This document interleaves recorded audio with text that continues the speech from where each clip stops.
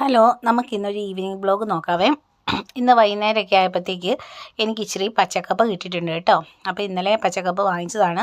ഇത് ഞാൻ ചെണ്ടം പുഴുങ്ങാമെന്നാണ് വിചാരിച്ചേക്കുന്നത്. അപ്പോൾ ചെണ്ടം പുഴുങ്ങാനായിട്ട് നന്നായിട്ട് അത് വൃത്തിയാക്കുന്നുണ്ടേ. ഇതാ കടയിൽ നിന്ന് കിട്ടിയപ്പോൾ തന്നെ ഇങ്ങനെ നല്ല വൃത്തിക്ക് മുറിച്ചായിരുന്നു തന്നത് കേട്ടോ. അതുകൊണ്ട് എളുപ്പമുണ്ടായിരുന്നു. പിന്നെ വൃത്തിയാക്കിയാൽ മാത്രം മതിയായിരുന്നു. അങ്ങനെ കപ്പയൊക്കെ പൊളിക്കാൻ ഇപ്പോഴത്തെ കുട്ടികൾക്ക് അറിയാവോന്ന് അറിയില്ല. ഈ ചെണ്ടൻ പുഴുങ്ങുന്നതെന്നൊക്കെ പറഞ്ഞു കഴിഞ്ഞാലും അവർക്ക് അറിയാവോ ഇല്ലയെന്നും അറിയത്തില്ല.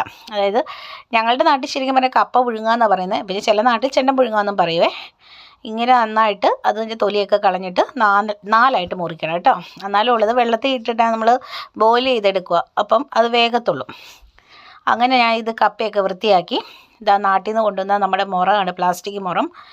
അങ്ങനെ ആ പുറത്തിലിട്ട് ഞാൻ ഉള്ളി വൃത്തിയാക്കും. ഇവിടെ കുഞ്ഞുള്ളി കിട്ടാത്തതുകൊണ്ട് ഷാലറ്റ് വാങ്ങിച്ചേക്കുന്നത്. അതിന് കുഞ്ഞുള്ളിക്കൊക്കെ ഭയങ്കര വിലയാണ്. എന്നിട്ട് ഞാൻ നമ്മുടെ വറ്റൽമുളക് എടുത്തിട്ടുണ്ട്.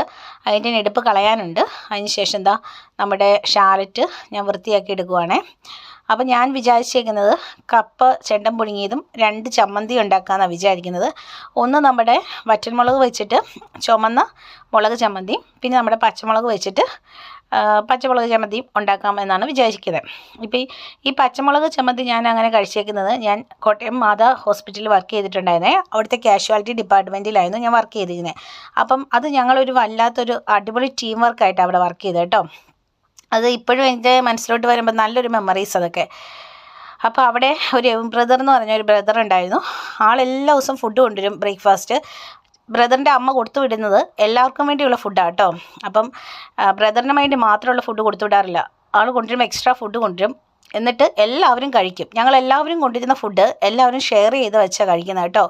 അപ്പോൾ ജോളി ചേച്ചി, വിവിധ ചേച്ചി, ഗീതു, ഐവി ചേച്ചി, പിന്നെ അങ്ങനെ ഒത്തിരി പേരുണ്ടായിരുന്നു, ആൻമരിയ, അങ്ങനെ ഞങ്ങൾ കുറേ പേരുണ്ടായിരുന്നു, ജോസ്മി. എനിക്ക് എല്ലാവരുടെയും പേര് ഞാനിപ്പം പെട്ടെന്ന് പറയുമ്പോൾ മറന്നു, എനിക്ക് ക്ഷമിക്കണം. എങ്കിലും എല്ലാവരെയും ഞാൻ ഓർക്കുന്നുണ്ട്. അപ്പം ഞങ്ങളെല്ലാവരും ആരൊക്കെ ഇന്നവരെന്നൊന്നും ഇല്ല. ചിലപ്പോൾ നൈറ്റ് ആയിരിക്കാം, ചിലപ്പോൾ ഡേ ആയിരിക്കും, ഈവനിങ് ആയിരിക്കാം. ഏത് ഷിഫ്റ്റ് ആയാലും ഉള്ള സമയത്ത് ഞങ്ങളെല്ലാവരും ഒരു നേരം എല്ലാവരും കൂടി ഒരുമിച്ച് ഇന്ന് ഫുഡ് കഴിക്കും. എന്നിട്ട് എല്ലാവരും കൊണ്ടുവരുന്നതിനെക്കൂട്ടി ഇച്ചിരിച്ച് വെക്കും കേട്ടോ. അതൊരു നല്ലൊരു മെമ്മറീസ് ആയിരുന്നു കേട്ടോ. ഇന്ന് ആ ഹോസ്പിറ്റൽ അവിടെ ഇല്ല. അത് അവിടെ കായത്താസ് മാത എന്ന ഹോസ്പിറ്റലായിപ്പോയി കേട്ടോ. അപ്പം ഞാൻ പറഞ്ഞു വന്നത് ഇതായിരുന്നു. എം ബ്രദറിൻ്റെ അമ്മ കൊടുത്തു വിടുന്ന ഒരു ചമ്മന്തിയായിരുന്നു ഈ പച്ചമുളക് കപ്പ പുഴുങ്ങിയത് കൊടുത്തിട്ട് വരും. അപ്പോൾ അതിൻ്റെ കൊടുത്ത് കൊടുക്കുന്ന ചമ്മന്തി. ബ്രദർ ഇതിപ്പോൾ ഓർക്കുന്നുണ്ടോ എന്ന് അറിഞ്ഞുകൂടാ, എങ്കിലും കഴിച്ച് ഞാൻ ഇതൊക്കെ ഓർക്കുന്നുണ്ട് കേട്ടോ. അങ്ങനെ പിന്നെ എല്ലാവരും കൊണ്ടുവരുന്ന ഫുഡ് നല്ലതാണ് കേട്ടോ. എല്ലാവരും കൊണ്ടുവന്ന് ഞങ്ങളെല്ലാവരും നല്ല ഓർമ്മയായിരുന്നു അതൊക്കെ, മെമ്മറീസ്. പിന്നെ ഉണക്കമുളക് ചമ്മന്തി ഞാൻ ഇതിൻ്റെ അകത്ത് നമ്മുടെ ഷാലറ്റ്, അതായത് കൊച്ചുള്ളി, അതോട്ട് ഇച്ചിരി ഇഞ്ചി, അതോടൊപ്പം തന്നെ നമ്മുടെ ഉണക്കമുളക്, പിന്നെ വാളംപുളി, കറിവേപ്പില, ഇത്രയും വെളിച്ചെണ്ണയ്ക്കകത്ത് വഴറ്റിയെടുക്കുക കേട്ടോ. അപ്പോൾ അതേ സമയം തന്നെ നമ്മുടെ അപ്പുറത്ത് ഞാൻ കപ്പ ചൂടുവെള്ളം നന്നായിട്ട് തിളപ്പിച്ചിട്ട് അതിൻ്റെ അകത്തോട്ട് ഈ കപ്പ ഇട്ടിട്ട് നമ്മൾ കുറച്ച് ഉപ്പും ഇട്ട് പുഴുങ്ങാൻ വെച്ചിട്ടുണ്ട് കേട്ടോ. അത് നന്നായിട്ട് തിളച്ച് വെന്ത് വരണേ.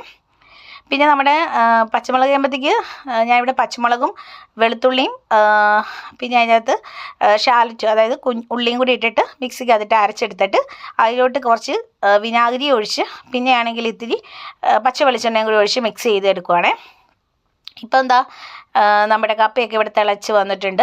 ഇനി കപ്പ വെന്തോന്ന് നോക്കിയിട്ട് വേണം ഇത് ഊറ്റിയെടുക്കാനായിട്ട് കേട്ടോ. അപ്പം ഇടയ്ക്കൊന്ന് നോക്കണം വെന്തോന്ന്. ചില സമയത്ത് വേഗം ഇച്ചിരി പാടാണ്. അപ്പം നോക്കി നമ്മളത് അതിൻ്റെ വേവൊക്കെ അനുസരിച്ച് നമ്മൾ കറക്റ്റായിട്ട് നോക്കിയെടുക്കുക. അപ്പോൾ അറ്റ് ദ സെയിം ടൈം തന്നെ ഞാൻ ഇവിടെ ചമ്മന്തികളൊക്കെ അരച്ചു. അപ്പം ചമ്മന്തി ഇവിടെ ഞാൻ ഇന്നലെ വെച്ച മത്തിപ്പീരി ഇച്ചിരി ഉണ്ടായിരുന്നു. ആ മത്തിപ്പീരി എടുത്തിട്ടുണ്ട്. മുളക് ചമ്മന്തി, പച്ചമുളക് ചമ്മന്തി, മുളക് ചമ്മന്തി. ഇത് ഒന്നുമില്ല, മിക്സിക്കകത്തിട്ട് അരയ്ക്കുക, അത്രേ ഉള്ളൂ കേട്ടോ. പിന്നെ നമ്മുടെ കാന്താരി മുളക് ചമ്മന്തി, മീൻ പീര, കട്ടൻ ചായ, ഇത്രയാണ് കോമ്പിനേഷൻ.